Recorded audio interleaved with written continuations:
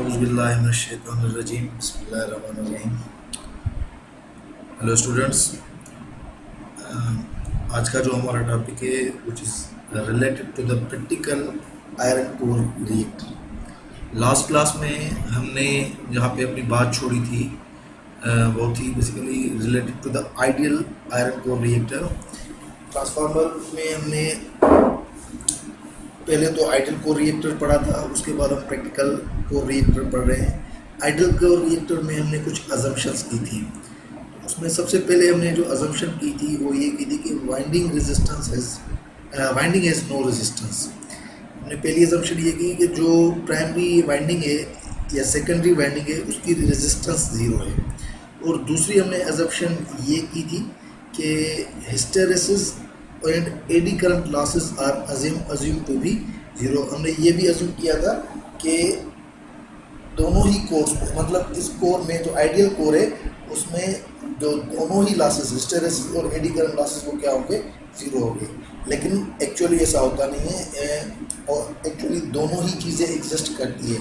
मतलब hysteresis and eddy current losses भी होते हैं और इसके अलावा वाइंडिंग रेजिस्टेंस भी ऐसा नहीं है कि वो रेजिस्टेंस लेस हो। सही है, वाइंडिंग कभी भी रेजिस्टेंस लेस नहीं होती, क्योंकि वाइंडिंग बजाते खुद एक कंडक्टर की बनी होती है, तो हर कंडक्टर में कुछ ना कुछ इंटरनल रेजिस्टेंस होती है। सही है, तो अब हम देखते हैं कि जब हमने एक प्रैक्टिकल कोर लिए तो उसमें फेजर डायग्राम क्या बन रहा है। हमने देखा था, अगर प्रीवियस लेक्चर अगर आपने देखा हो तो आइडियल कोर जब हमने अज्यूम की थी, आइडियल कोर में जब हमने यही दो ऊपर वाली अजम्पशंस की थी तो हमारा फेजर डायग्राम कुछ यूँ बन रहा था। ठीक है, ये वाला हमारा फेजर डायग्राम बन रहा था। इसमें आप देख सकते हैं कि ये जो आई फाई है या जो फ्लक्स प्रोड्यूस करने वाला जो करंट है वो बिल्कुल 90 डिग्री परपेंडिकुलर है किसके, जो ईएमएफ जनरेट हो रहा है। और हमने, अगर आपको याद हो तो जो अजम्पशन की थी, जो हमने कंक्लूजन की थी, वो कंक्लूजन यही की थी कि E1 जो ईएमएफ है वो leads phase current by the angle of 90। ठीक है, तो वो जो करंट जो है वो बिल्कुल 90 डिग्री पे लीड कर रहा है, सॉरी लैग कर रहा है, और E1 जो ईएमएफ जनरेट हो रहा है वो लीड कर रहा है फेज करंट को। ठीक है, जबकि प्रैक्टिकल में ऐसा नहीं होगा, क्योंकि प्रैक्टिकल में लॉसेस आ जाते हैं। लॉसेस की अकाउंटेबिलिटी हमें फेजर डायग्राम में दिखानी पड़ेगी। सही है, दोनों ही किस्म के लॉसेस, मतलब eddy current and hysteresis losses, इन दोनों की। और इसके अलावा वाइंडिंग में जो लॉसेस आते हैं, मतलब जिसको हम कोर लॉसेस कहते हैं, एक होते हैं हमारे पास कोर लॉसेस, एक होते हैं हमारे पास कॉपर लॉसेस। कॉपर लॉसेस मतलब जो वाइंडिंग में जो लॉसेस होते हैं उसको हम कहते हैं कॉपर लॉसेस, और जो कोर में लॉसेस होते हैं वो कौन से लॉसेस होते हैं, hysteresis and eddy current losses. वो दोनों की ही अकाउंटेबिलिटी हमें फेजर डायग्राम में दिखानी पड़ेगी। और पहले केस में जब हमने आइडियल कोर की अजम्पशन की एनालिसिस कर रहे थे तो उसमें हमने देखा था, उसमें हमने ये अज्यूम किया था कि ये दोनों ही किस्म के लॉसेस नहीं होते हैं। ठीक है, लेकिन क्योंकि प्रैक्टिकल कोर में या प्रैक्टिकल ट्रांसफार्मर में ये दोनों ही लॉसेस होते हैं, तो उनकी अकाउंटेबिलिटी हमें फेजर डायग्राम में दिखानी पड़ेगी। उसके लिए हम देखते हैं कि हमारा फेजर डायग्राम कैसे बनेगा। तो पहले आप यहाँ पे आ जाइए। इसमें आप देख सकते हैं कि क्योंकि मैंने बताया सबसे पहले हम हिस्टेरेसिस लॉसेस को देख रहे हैं, तो हिस्टेरेसिस लॉसेस में आप देख सकते हैं कि हमारा जो हिस्टेरेसिस कर्व बनता है वो कुछ यूँ बनता है।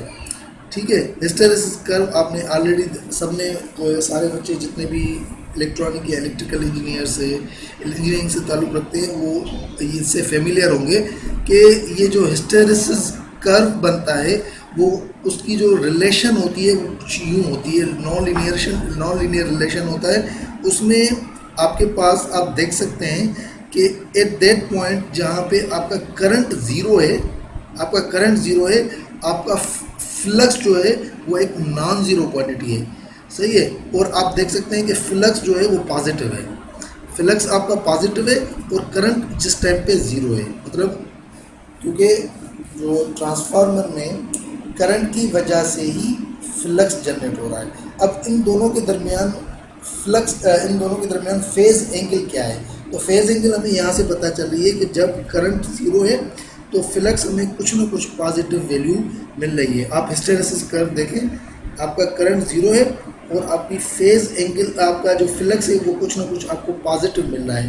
तो इन अदर वर्ड्स हम ये कह सकते हैं कि हमारा करंट जो है वो लैग कर रहा है और फ्लक्स जो है वो हमारा क्या कर रहा है, लीड कर रहा है। सॉरी, करंट हमारा लीड कर रहा है और फ्लक्स हमारा लैग कर रहा है, क्योंकि करंट जीरो है तो इसका मतलब ये पहले आएगा और उससे पहले जो है वो फ्लक्स जा चुका होगा। सही है। तो अगर इसको मैं बताऊं तो करंट फेज या flux lags the current by the angle gamma. उस एंगल को, जिस एंगल से करंट लीड कर रहा है या फ्लक्स लैग कर रहा है, उस एंगल को हम क्या कहते हैं, गामा। और गामा क्या है? Gamma is a hysteresis lag. तो उस पर्टिकुलर लैग को या वो जो फेज डिफरेंस आ रहा है उसको हमें फेजर डायग्राम में दिखाना पड़ेगा। तो अब आप इसका फेजर डायग्राम देख सकते हैं कि आपका ये क्या है, ये वाली जो ये वाला जो कोऑर्डिनेट है ये आपको बता रहा है कि फ्लक्स इस पोजीशन पे, और आपका करंट क्या कर रहा है, लीड कर रहा है। इन प्रैक्टिकल ट्रांसफार्मर आपका करंट क्या कर रहा है, लीड कर रहा है, जो कि हमें हिस्टेरेसिस कर्व से मिला। सही है। और वो किस एंगल पे लीड कर रहा है? At the angle of gamma. सही है, जिसको हमने क्या बोला है, हिस्टेरेसिस लैग। तो उस लीड करंट को या उस लैग फ्लक्स एंगल को हमें दिखाना पड़ेगा इन द फेजर डायग्राम। सही है। आप देख सकते हैं कि ये आई एम मेरा क्या है, ये लीड कर रहा है और उसके किससे, फ्लक्स से, at the angle of gamma. सही है। बाकी हमारे पास इवन वहीं पे रहता है। तो अब जो हमारे प्रैक्टिकल ट्रांसफार्मर में जब हम हिस्टेरेसिस लॉस को अकाउंट कर रहे हैं तो हमारा जो फेजर डायग्राम है वो कुछ यूँ बन रहा है। अब इस फेजर डायग्राम को आप देख सकते हैं कि इसको मैंने दो कंपोनेंट्स में डिवाइड कर दिया। एक मेरे पास ये हॉरिजॉन्टल कंपोनेंट है और एक मेरा ये वर्टिकल कंपोनेंट है। ये हॉरिजॉन्टल कंपोनेंट है, इसको मैंने रिप्रेजेंट कर दिया IC से, और ये जो वर्टिकल कंपोनेंट है वो उसको मैंने रिप्रेजेंट कर दिया I फाई से या I फ्लक्स से। इसका कहने का मतलब ये है कि ये जो हॉरिजॉन्टल कंपोनेंट है ये बेसिकली करंट की वो कंट्रीब्यूशन जो कि हिस्टेरेसिस लॉसेस में कंज्यूम हो रही होगी, उसको हम रिप्रेजेंट करते हैं IC, हिस्टेरेसिस या एडी करंट लॉसेस, क्योंकि core loss C stands for core. तो कोर में हमारे पास दोनों ही लॉसेस होते हैं, हिस्टेरेसिस भी होता है और एडी करंट लॉसेस होता है। सही है। तो करंट की वो कंट्रीब्यूशन हमारे पास नेट करंट तो यही है ना, लेकिन अब इसको मैं दो कंपोनेंट में डिवाइड कर रहा हूँ। तो उसमें ये वाला जो कंपोनेंट है, ये वाला कंपोनेंट है जो कि बिल्कुल पैरेलल है किसके साथ, ईवन के साथ। तो वो बेसिकली कंट्रीब्यूट कर रहा है in the losses of hysteresis and eddy current losses. और ये वाला जो वर्टिकल कंपोनेंट है, ये इसको मैं रिप्रेजेंट कर रहा हूँ I फ्लक्स से। और ये किसमें कंट्रीब्यूट कर रहा है, ये कंट्रीब्यूट कर रहा है फ्लक्स जनरेट करने में। मतलब करंट का वो कंपोनेंट जो कि फ्लक्स जनरेट करने में कंज्यूम हो रहा हो, उसको मैंने रिप्रेजेंट कर दिया I फाई से। और करंट का वो कंपोनेंट जो कि लॉसेस में कंट्रीब्यूशन कर रहा हो, उसको मैंने रिप्रेजेंट कर दिया IC से। सही है। तो I phi is in phase with phi.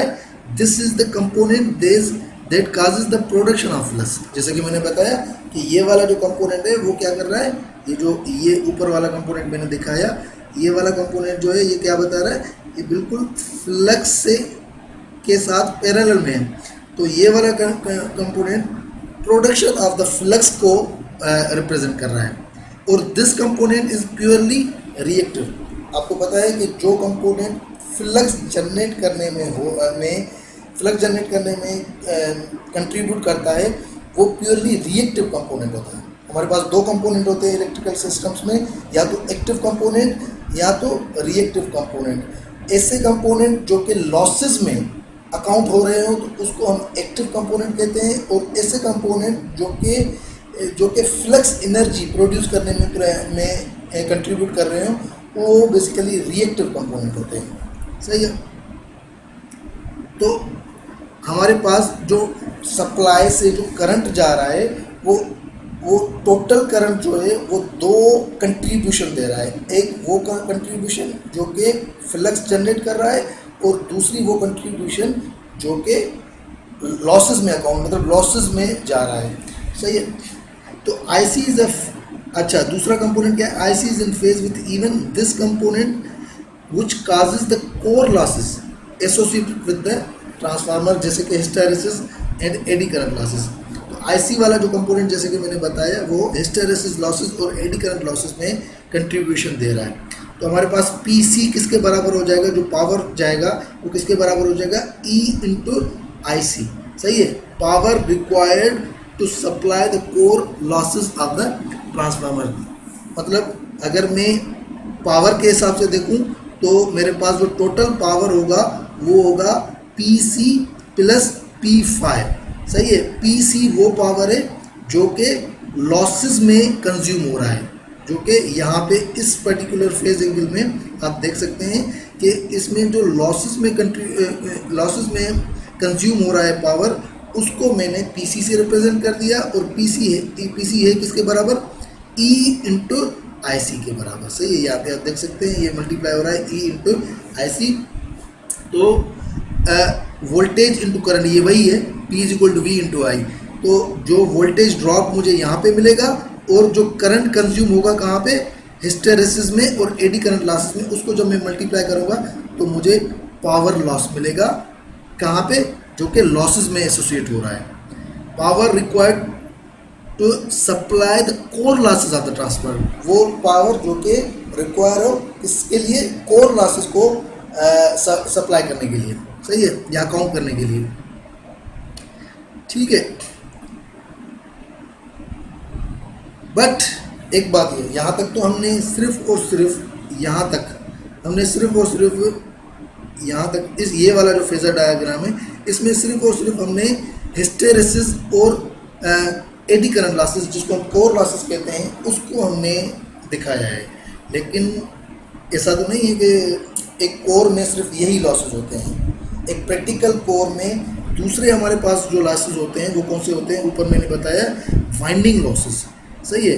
पहला लॉस कौन सा था? Hysteresis and eddy current losses, जिसको मैंने पूरा का पूरा यहाँ पे डिटेल में बता दिया, जिसकी वजह से ये हिस्टैरिसीस कर्व बन रहा है, और हिस्टैरिसीस कर्व की वजह से करंट और फेज और फ्लक्स के दरमियान फेज एंगल बन रहा है, जिसकी वजह से फेजर डायग्राम बन रहा है। और उस करंट को मैंने दो कंपोनेंट में डिवाइड कर दिया, और इसके बरक्स मैंने देखा कि मेरा पावर कितना कंज्यूम हो रहा है। लेकिन जो दूसरा लॉस होता है वो होता है वाइंडिंग लॉसेस। तो वाइंडिंग लॉसेस को भी हमें ज़रूर दिखाना पड़ेगा in the case of practical core. तो प्रैक्टिकल कोर में जब मैं वाइंडिंग लॉसेस को दिखाऊंगा तो मेरा फेजर डायग्राम चेंज हो जाएगा। मेरा फेजर डायग्राम अब ये नहीं रहेगा जो कि अभी मैंने बनाया है। सही है। ये वाला जो फेजर डायग्राम है इसमें सिर्फ और सिर्फ मैंने कोर लॉसेस को दिखाया है, या कोर लॉसेस अकाउंट हो रही है, लेकिन वाइंडिंग लॉसेस को मैंने दिखाए हैं। तो वाइंडिंग लॉसेस का हमारे फेजर डायग्राम पे क्या असर पड़ रहा है वो अब हम देखेंगे। नीचे आ जाएं। इसके लिए सबसे पहले आप आ जाएं एक कोर पे, जो कि एक प्रैक्टिकल कोर है। यहाँ पे आप देख सकते हैं कि आइडियल कोर जो कि प्रीवियस लेक्चर में मैंने बनाई थी, उसमें मैंने ये रेजिस्टेंस ऐड नहीं की थी। सही है। तो ये बेसिकली रिप्रेजेंटेशन है किसी भी आइडियल कोर की। लेकिन प्रैक्टिकल कोर में जब भी आप प्रैक्टिकल कोर देखेंगे तो यहाँ पे वाइंडिंग के साथ एक रेजिस्टेंस आपको नज़र आएगी। बेसिकली रेजिस्टेंस है तो वो एक प्रैक्टिकल कोर है, और प्रैक्टिकल कोर में हमेशा वाइंडिंग रेजिस्टेंस होती है। सही है। तो यहाँ पे जो करंट ड्रॉप होगा वो किसके बराबर होगा, या सॉरी वोल्टेज ड्रॉप होगा वो किसके बराबर होगा? IM RM। सही है। तो अब जो V होगा वो बराबर होगा किसके? E1 plus IM RM। अब जो मेरे पास जो वोल्टेज ड्रॉप होगा वो किसके बराबर होगा? वो ये E1 प्लस IMR, मतलब कुछ वोल्टेज ड्रॉप E1 जो EMF जनरेट हो रहा है यहाँ पे इसकी वजह से, और कुछ वोल्टेज ड्रॉप मुझे यहाँ पे मिलेगा which is equal to IMRM। तो इन दोनों का सम करके मुझे टोटल वोल्टेज ड्रॉप मिलेगा। अब मैं बनाता हूँ phasor diagram with respect to this with respect to this accountability या दिस अजम्पशन। जब मेरे पास मैं ये अज्यूम कर रहा हूँ कि वाइंडिंग में रेजिस्टेंस है या वाइंडिंग इज रेजिस्टेंसफुल, या जब मेरे कोर की वाइंडिंग में रेजिस्टेंस है तो उस टाइम पे मेरे पास सिस्टम में या हमारे फेजर डायग्राम में क्या चेंजेस आ रही हैं। तो यहाँ पे ये वाला जो कंपोनेंट है IMRM, सही है, ये हमेशा याद रहे कि ये एक रेजिस्टिव कंपोनेंट है, और रेजिस्टिव कंपोनेंट जितने भी होते हैं वो इन फेज होंगे विथ रेस्पेक्ट टू किसके, करंट के, सही है। IMRM is a voltage or resistance drop, therefore voltage and current through the resistance is in phase। आपको पता है कि रेजिस्टेंस में हमेशा कोई भी अगर रेजिस्टिव सर्किट होता है तो उसमें वोल्टेज और करंट दोनों ही इन फेज होंगे, सही है। हमेशा जब भी एक रेजिस्टिव सर्किट होता है, अगर एक हमारे पास सर्किट होते हैं दो तरह के, एक होते हैं रेजिस्टिव सर्किट और दूसरे होते हैं रिएक्टिव सर्किट। रेजिस्टिव सर्किट में हमेशा वोल्टेज और करंट दोनों ही इन फेज होते हैं, और जो दूसरे हमारे पास इंडक्टिव सर्किट या कैपेसिटिव सर्किट होते हैं जिसको हम रिएक्टिव सर्किट्स भी कहते हैं, उसमें हमारे पास वोल्टेज और करंट का रिलेशन चेंज हो जाता है। जैसे कि इंडक्टिव सर्किट की अगर मैं बात करूं तो इंडक्टिव सर्किट में वोल्टेज लीड करता है और करंट लेग करता है, मतलब दोनों के दरमियान कुछ ना कुछ फेज डिफरेंस होता है। और कैपेसिटिव सर्किट में करंट लीड करता है, वोल्टेज लेग करता है। इन ऑल बोथ केसेस हमारे पास कुछ ना कुछ फेज डिफरेंस होता है। लेकिन रेजिस्टिव सर्किट ऐसा सर्किट होता है जिसमें वोल्टेज और करंट दोनों ही इन फेज होते हैं, दोनों ही सेम फेज पे होते हैं। तो यही मैं बताने की कोशिश कर रहा हूँ कि जो फेज एंगल करंट की होगी एग्जैक्टली वही फेज एंगल मेरे पास क्या होगी, वोल्टेज की होगी। क्यों? क्योंकि मैं यहाँ पे रेजिस्टेंस को अकाउंट कर रहा हूँ। यहाँ पे ये वाली जो रेजिस्टेंस है, जो वाइंडिंग की जो इंटरनल रेजिस्टेंस है उसको मैं यहाँ पे शो कर रहा हूँ। तो उसकी जो कंट्रीब्यूशन की वजह से जो वोल्टेज ड्रॉप आएगा उसमें वोल्टेज और करंट दोनों ही सेम फेज एंगल पे होंगे। तो इसी वजह से इस फेजर डायग्राम में मैंने क्या किया है कि एक डॉटेड लाइन यहाँ पे बनाई है। यहाँ पे ये वाली डॉटेड लाइन आपको नज़र आ रही है, ये बेसिकली वाइंडिंग रेजिस्टेंस को शो कर रही है, जिसको मैंने ऊपर बताया कि which is equal to IMRM, सही है। और ये बिल्कुल at the same phase angle होगी जहाँ पे मुझे करंट मिल रहा है, ठीक है। ये वोल्टेज की एंगल है, ये वोल्टेज की एंगल है और ये करंट की एंगल। और जैसे कि मैंने बताया कि रेजिस्टेंस में दोनों ही सेम फेज एंगल पे होंगी, तो जो करंट की फेज एंगल, क्योंकि करंट की फेज एंगल तो हमने ऊपर दिखाई है, तो उसी के बिल्कुल फेज एंगल पे मुझे वोल्टेज की या वोल्टेज ड्रॉप की भी फेज एंगल मिलेगी। तो मैंने यहाँ पे डॉटेड लाइन बनाई, तो ये मुझे बता रही है कि वोल्टेज की फेज एंगल क्या है, ठीक है। अब इसको मैं यहाँ पे अगेन ड्रा कर रहा हूँ, इसी फेजर डायग्राम को, ऊपर वाले फेजर डायग्राम को मैंने यहाँ पे थोड़ा नीट एंड क्लीन ड्रॉप किया है कि ये वाली तो ऊपर ये वाला पोर्शन जो है, ये वाला I5 वाला, IC वाला, और ये वाला तो वही था जो कि हमने अभी तक पढ़ रहे थे। ये वाला मेरे पास नया पोर्शन आ रहा है, सही है। ये वाली जो फेज एंगल है जो कि वाइंडिंग रेजिस्टेंस की वजह से ऐड हो गई है, ये मैंने नया एक यहाँ पे इस फेजर डायग्राम में पोर्शन ऐड किया है, ठीक है। और इसमें इसको अगर मैं वेक्टर सम करूँ तो वेक्टर सम करने के लिए आपको पता है कि वेक्टर को सम हम कैसे करते हैं, हेड टू टेल रूल के थ्रू। तो मैंने इसके हेड टू टेल रूल के थ्रू इसको सम किया है, तो ये मुझे यहाँ पे ये वाली लाइन भी मिल रही है, ठीक है। ये वाली जो बीच में वाली जो लाइन है, ये सिर्फ और सिर्फ ये बता रही है कि ये vector sum of both quantities है, सही है। मैंने करंट के कंपोनेंट को और वोल्टेज के कंपोनेंट का वेक्टर सम लिया है, तो ये मुझे मिल रही है, अब अगेन मैं क्या कर रहा हूँ कि मैंने इस पर्टिकुलर जो नई मुझे फेज एंगल मिली है इसको भी मैं दो कंपोनेंट में डिवाइड कर रहा हूँ। एक कंपोनेंट तो मैंने पहले ही डिवाइड किया था, ये वाला जिसको मैंने ओ ए से रिप्रेजेंट किया, और दूसरा मैंने यहाँ पे एक और दूसरी डॉटेड लाइन रखी है जिसको मैंने ओ बी से रिप्रेजेंट किया है। ये बी से रिप्रेजेंट किया है, ये मेरा दूसरा कंपोनेंट है, और ये ए से मैंने रिप्रेजेंट किया है, ये मेरा पहला वाला कंपोनेंट है।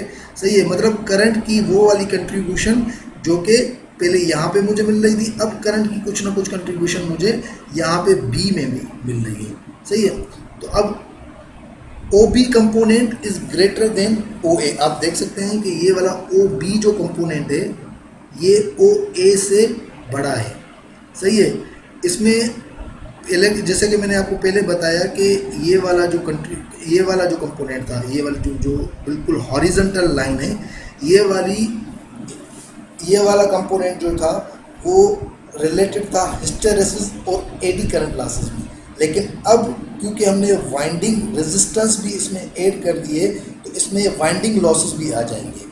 तो वाइंडिंग लॉसेस की आने की वजह से ये वाला कंपोनेंट जो है ये वही कंपोनेंट है जिसकी एंगल चेंज हो गई है। सही है, ये वाला कंपोनेंट पहले ये था जब हमने इसमें सिर्फ और सिर्फ कोर लॉसेस को अकाउंट किया था, लेकिन अब जब हमने इसमें एक दूसरा लॉस जिसको हम वाइंडिंग रेजिस्टेंस या वाइंडिंग लॉस कहते हैं, जब वो ऐड कर दिया तो ये वाली जो एंगल है वो इस तरीके से चेंज हो गई है। सही है, तो मैं यही बताने की कोशिश कर रहा हूँ कि ओ बी जो है इसकी जो ये टिल्ट है ये ज़्यादा बड़ा है। तो या इन अदर वर्ड्स में ये कह सकता हूँ कि O B is greater than O A. सही है, वो क्यों बड़ा है? क्योंकि O B accounts for not only hysteresis and eddy current but also for the winding and copper losses. सही है, हमने ओ ए में सिर्फ और सिर्फ ये बताया था कि this is only for copper losses जिसमें hysteresis and eddy current losses, लेकिन जब हमने वाइंडिंग रेजिस्टेंस ऐड कर दी तो ये वाला जो कंपोनेंट है इसकी लेंथ बढ़ गई है। उसका मतलब ये है कि इसमें हमने एक दूसरा लॉस जो कि वाइंडिंग रेजिस्टेंस के लॉस को भी हमने ऐड कर दिया है, तो इस वजह से इसकी ओवरऑल लेंथ बढ़ गई है। इसका मतलब ये है कि इस कंपोनेंट की कंट्रीब्यूशन बढ़ गई है। Therefore, OA only represent hysteresis and AD और कोर लॉसेस। तो अब जो हमारे पास पावर का फार्मूला बनेगा जब हमने वाइंडिंग रेजिस्टेंस को भी ऐड कर दिया तो PM बराबर है V1 IM cos of theta, जबकि V1 IM किसके बराबर हो जाएगा? I square RM plus PC। तो टोटल जो लॉसेस होंगे वो किसके बराबर होंगे? एक तो ऊपर जो PC ये वाली जो मैंने बताई है आपको PC जो कि बराबर है E इंटू IC के। सही है, और इसमें जब हमने वाइंडिंग रेजिस्टेंस भी ऐड कर दिया तो ये बराबर हो जाएगा किसके? I square RM plus PC। सही है, I स्क्वायर RM मतलब जो वाइंडिंग रेजिस्टेंस की वजह से जो लॉसेस आ रहे हैं प्लस PC मतलब जो कि हिस्टेरेसिस और एडी करंट की वजह से जो लॉसेस आ रहे हैं। तो टोटल मेरे लॉसेस जो होंगे PM उसको मैं रिप्रेजेंट कर रहा हूँ PM से, जो कि बराबर होंगे I square RM plus PC से। ठीक है, तो बेटा यहाँ तक अभी तक हमने सिर्फ और सिर्फ प्रैक्टिकल कोर और आयरन कोर की अजम्पशंस की है या हमने उसकी एनालिसिस की है फॉर सिंगल वाइंडिंग। अभी तक अगर आप देखें तो जो मैंने डायग्राम बनाए हैं ये आप डायग्राम देख सकते हैं। इसमें मैंने सिर्फ और सिर्फ सिंगल वाइंडिंग दिखाई है। सही है, जबकि प्रैक्टिकल ट्रांसफार्मर में सिंगल वाइंडिंग तो नहीं होगी, ज़रूर उसमें लाजम है कि कम से कम दो वाइंडिंग होगी। एक वाइंडिंग होगी जो कि सोर्स के साथ कनेक्ट होगी जिसको हम प्राइमरी वाइंडिंग कहेंगे, और दूसरी हमारे पास लोड के साथ कनेक्ट होगी जिसको हम सेकेंडरी वाइंडिंग कहते हैं।